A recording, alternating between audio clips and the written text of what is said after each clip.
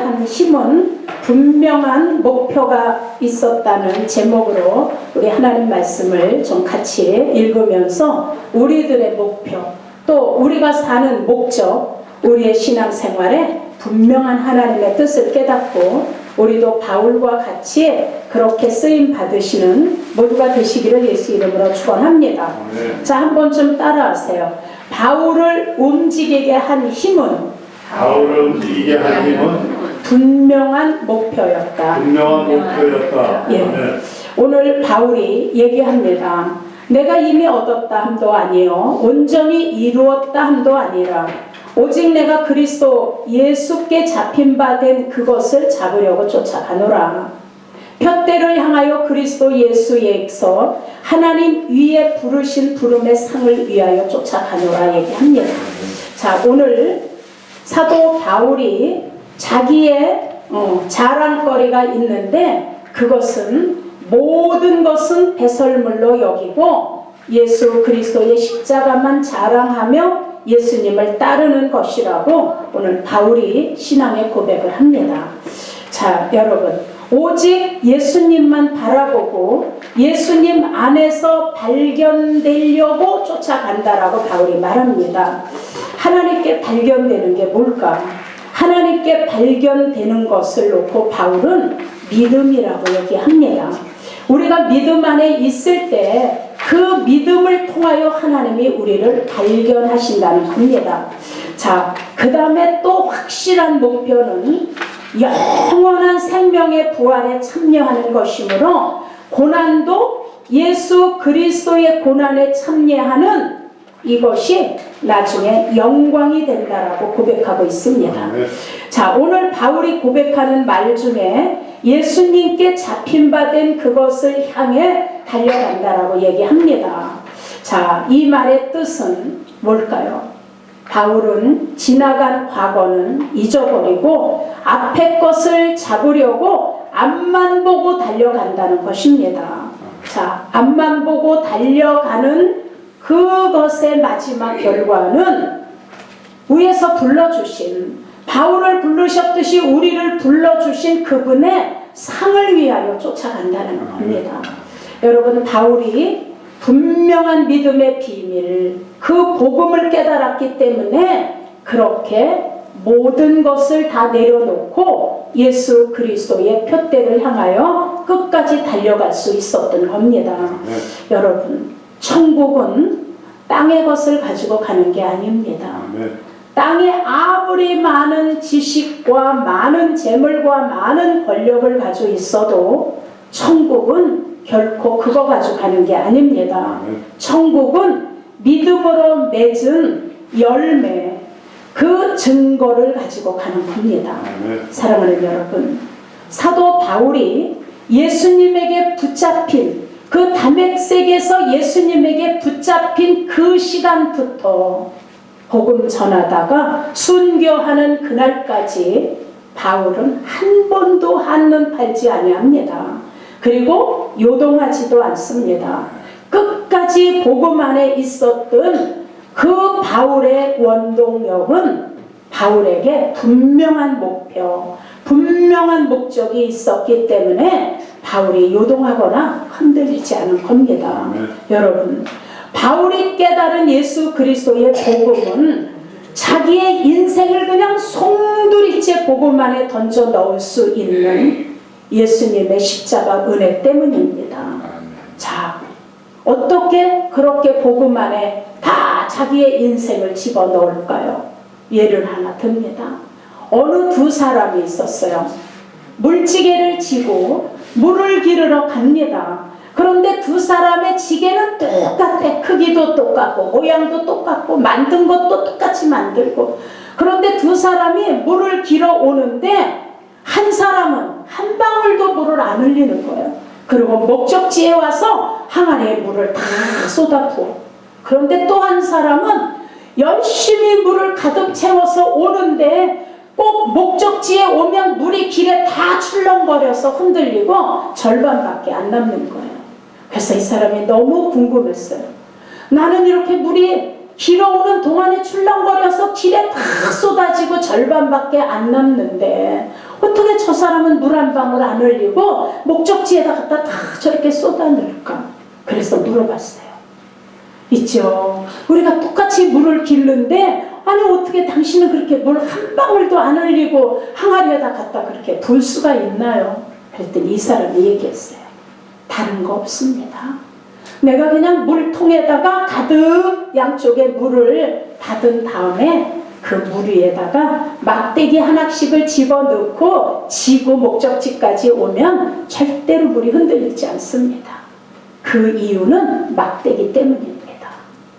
자, 여러분, 우리도 지금 우리 인생 속에 신앙생활을 처음 시작해서 어떤 사람은 목적과 목표를 예수님에게 두고 절대로 중간에 요동하거나 흔들리지 않고 가는 거예요. 끝까지. 근데 어떤 사람은 넘어지고 엎어지고 떠나고 그냥 수없이 그냥 흔들리면서 가는 거예요. 목적지를. 자, 왜 그럴까? 똑같이 밥 먹고 똑같이 잠자고 똑같이 생활하고 똑같이 공부하고 똑같이 이 세상을 살고 있는데 왜 어느 사람은 목적지까지 흔들리지 않고 가는데 어느 성도는 그렇게 그냥 요동이 심할까? 자, 똑같습니다. 저와 여러분의 인생 속에 예수 그리스도의 십자가가 우리 인생 속에 담겨져 있는 것을 확신하는 사람은 흔들리지 않고 갑니다. 어떤 어려움이 와도 어떤 환경이 나를 흔들어 놔도 내 인생 속에 담겨진 예수 그리스도의 십자가는 절대로 나를 흔들어 놓을 수 없습니다. 절대로 나를 요동하거나 뒤로 물러서게 하지 않습니다. 우리 안에 담겨진 인생 속에 예수님의 십자가가 바로 우리를 요동하지 않고 목적지까지 가냐 아니면 요동하다 중간에 흔들리느냐, 이 차이는 바로 저와 여러분들 속에 담겨진 예수 그리스도의 십자가라는 걸 깨달으시기를 축원합니다. 여러분, 사도 바울이 매도 맞고 옥에도 갇히고 죽을 고비를 수없이 넘기면서 그는 자기가 달려가는 목적과 자기가 달려가는 그 목표 앞에서 한 번도 이탈하지 않습니다. 예수님에 대한 사랑과 믿음의 확실한 증거가 바울에게 있기 때문에 요동하지 않고 한 번도 신앙의 길에서 다른 쪽으로 발 한 번 뛰지 않고 따라갔습니다. 여러분, 사도 바울의 인생 속에 분명한 목표의 삶은 그 바울의 삶 속에 예수 그리스도의 십자가의 은혜가 죄인 중에 죄인인 이 바울의 이 인생을 새로운 피조물로 만들어 바꿔놓으셨기 때문입니다. 사랑하는 여러분, 사도 바울이 예수 그리스도를 향한 믿음의 목표와 표대가 분명하지 않았다면 바울은 매 맞을 때 흔들리고 옥에 갇힐 때 흔들리고 돌에 맞을 때 요동했을 겁니다. 그런데 전혀 움직이지 않는, 전혀 흔들리지 않는, 전혀 갈등하지 않는 이것은 바울의 목표, 이것이 확실했기 때문인 걸 믿으시기를 축원합니다. 여러분, 우리도 예수 그리스도를 향한 십자가의 은혜의 믿음이 분명하고 흔들리지 않는 그런 믿음으로 우리도 위에서 우리를 불러주신 그분의 상을 위하여 달려간다면 우리에게도 하늘의 소망과 장차 받을 그 영광을 생각하고 바라보고 가면 우리가 어떤 어려움이 있어도 어떤 고난이 있어도 우리는 우리 앞에 있는 믿음의 길에서 이탈하지 않을 수 있습니다. 여러분, 하늘의 목표가 분명하고 하나님의 부르심의 상이 확실하다면 여러분, 우리는 그 목표를 생각만 해도 벅찬 겁니다. 그리고 감격 속에 갈 수 있습니다. 핍박을 받아도 즐거워하면서 하늘의 내상이 가득하다고 믿고 가는 겁니다. 여러분, 고린도전서 9장 22절에 보니까 바울이 얘기합니다. 나는 약한 자들에게는 내가 연약한 자와 같이 된 것은 약한 자들을 얻고자 함이라. 내가 여러 사람에게 여러 모양이 된 것은 아무쪼록 사람들을 구원하고자 함이라. 여러분, 예수님의 은혜를 바로 깨달은 사도 바울을 불러서 거듭나게 하신 그 예수 그리스도를 전하고 가르쳐서 많은 영혼들이 구원받게 되는 그 일이라면 어디든지 달려갔다라는 걸 우리는 성경을 통해서 확인할 수 있습니다. 여러분, 사도 바울의 눈에는 사람들이 그대로 두면 다 모든 영혼이 멸망에 이를 수밖에 없는 진노의 자식이었음이 바울의 눈에 비춰지니까 바울은 어떻게든지 사람들이 하나님께 돌아오게 하려고 약한 자들에게는 바울도 약한 것 같이 받아들이고, 여러 모양으로 지식이 많고 여러 모양으로 직책이 높고 여러 모양으로 하는 그들에게 할례 없는 자는 할례 없는 자, 할례 받은 자는 할례 받은 자로 다 유대인이나 이방인이나 그가 받아들일 수 있었던 것은 바울의 마음속에 영혼을 구원하고자 애쓰는 여러분 간절함이 바울에게 있었기 때문입니다. 그래서 여러 사람에게 여러 모양이 된 것은 아무쪼록 사람들을 구원받게 하려 함이라. 자, 이게 바로 바울의 목적입니다. 그래서 그 고난과 핍박 속에서도 수고하고 애쓰면서 바울은 모든 사람에게 스스로 종이 되었습니다. 그들을 구원하고자 하는 바울의 열망이고 소명입니다. 고린도전서 9장 9절에 바울이 얘기합니다. 내가 모든 사람에게 자유로울 수 있어. 유대인에게 가면 내가 유대인 앞에서도 자유스럽고, 이방인에게 가면 이방인에게, 신학자 앞에 가면 신학자 앞에 다 내가 자유스러울 수 있으나, 그런데도 불구하고 내가 모든 사람에게 종이 된 것은 더 많은 사람을 하나님께로 인도하려 함이라. 이게 바울의 소망이었습니다. 여러분, 사도 바울이 영혼 구원, 예수 그리스도의 영광을 추구하는 거다. 이게 장차 받을 상급 영광을 소망하는 증거가 바로 소명을 향하여 달려가는 거라고 고백합니다. 고린도전서 9장 16절에 고백합니다.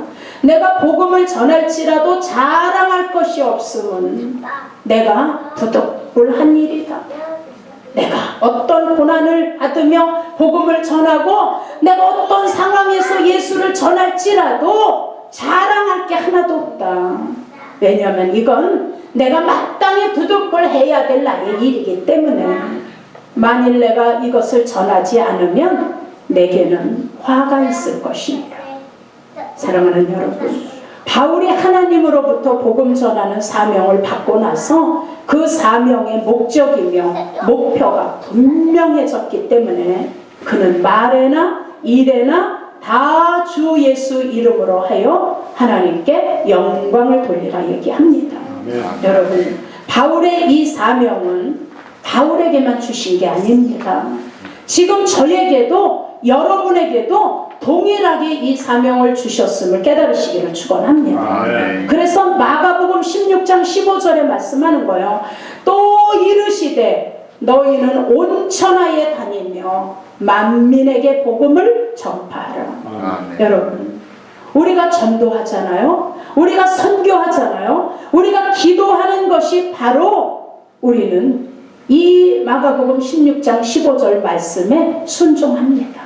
그래서 가든지 아니면 보내는 손이 되든지 하자는 겁니다. 사도행전 1장 8절에도 오직 성령이 너희에게 임하시면 너희가 권능을 받고 예루살렘과 온 유대와 사마리아와 땅끝까지 이르러 내 증인이 되리라. 여러분, 예수님께서는 우리에게 예수님을 영접하고 그 이름을 믿고 영원한 생명을 소유하게 된 자들에게는 성령이 우리 안에 거하시고 하나님의 권능이 우리 안에 임하여졌다는 걸 말씀하고 있습니다. 그러니 여러분, 저와 여러분 우리 모두는 바울처럼 마귀에게 붙들려 어둠에 있는 저들에게 구원의 빛을 비춰줘야 합니다. 자, 그래서 우리는 하나님께 그들을 돌아오게 해야 합니다. 하기 싫으세요? 그냥 복음 전하는 거 하기 싫으세요? 입 딱 다물고?